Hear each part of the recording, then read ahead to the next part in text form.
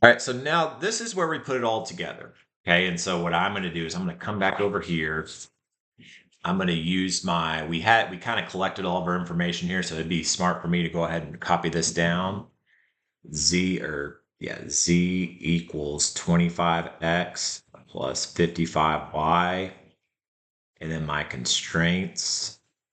Um, I'm gonna write x plus y is less than or equal to 80 first. It doesn't matter the order here. Okay. And so what this does is what we could do is oops, sorry about that. We could set constraints here.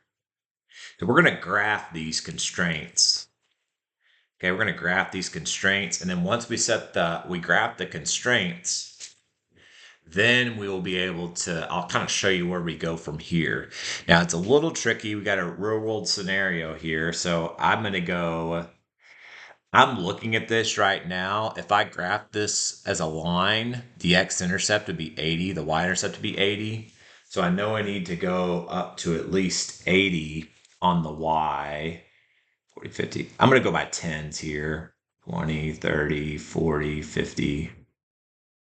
Okay, and so we'll see kind of where it goes there.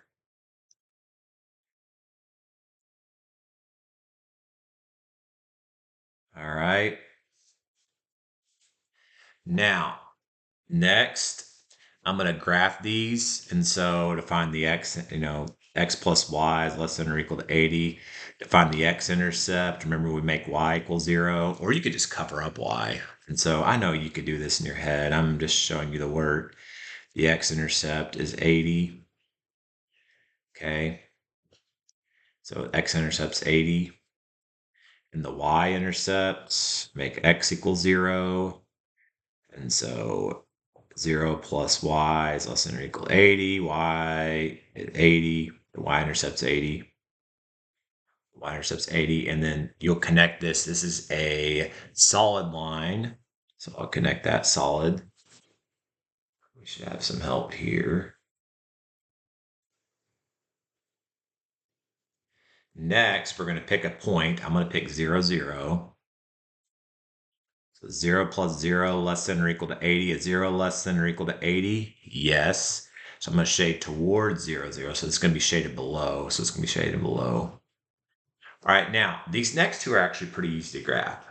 30 is less than or equal to x, less than or equal to 80. So what you're going to do for this one is you're going to go to 30. Okay, 30 on the 30. Remember, x is a vertical line for x. So you're going to go 30 and it's equal to, so you're going to go up. Okay, so it's basically going up forever. Okay, which we know is not practical for this problem. And then you're going to 80 and go up. All right, so my x is between 30 and 80. So what does that mean? I'm going to be shading in between these two.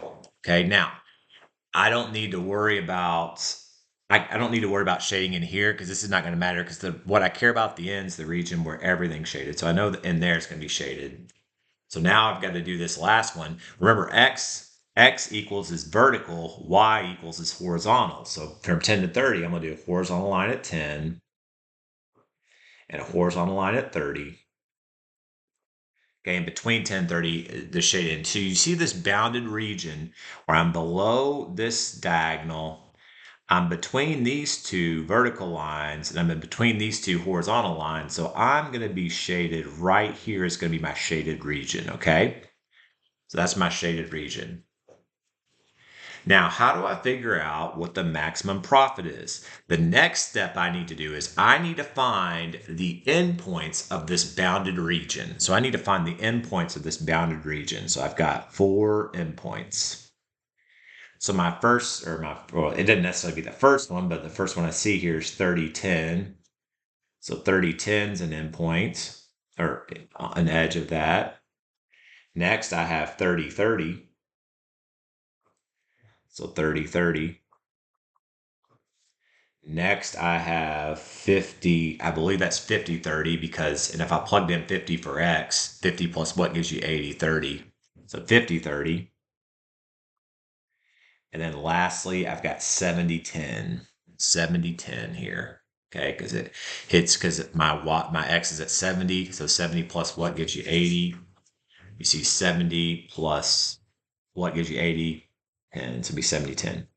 So I've got my endpoints. Now what I'm going to do is I'm going to plug these values into my objective function, okay, into this right here. Okay, and I'm going to see which one maximizes it. So 25 times 30, I don't know if I gave myself enough room. So 25 times 30 plus 55 times 10 times 30 plus 55 times 10. So 1300. So this one's 1300. Give myself enough room. This would be 25 times 30 plus 55 times 30. So 25 times 30 plus 55 times 30, 2400. And then 25 times 50 plus 55 times 30. So 25 times 50 plus 55 times 30, 2900. And then 25 times 70 plus 55 times 10.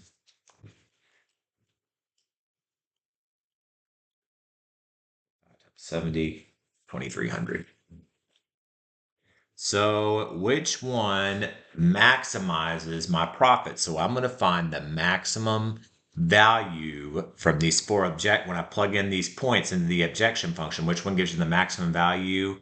It would be this one. This one's the maximum. So how many desks would be manufactured in a day? Bookshelves and how many desks? So it'd be 50, 30. So it'd be 50, 30. Which means X is the number of bookshelves. So 50 bookshelves and 30 desks.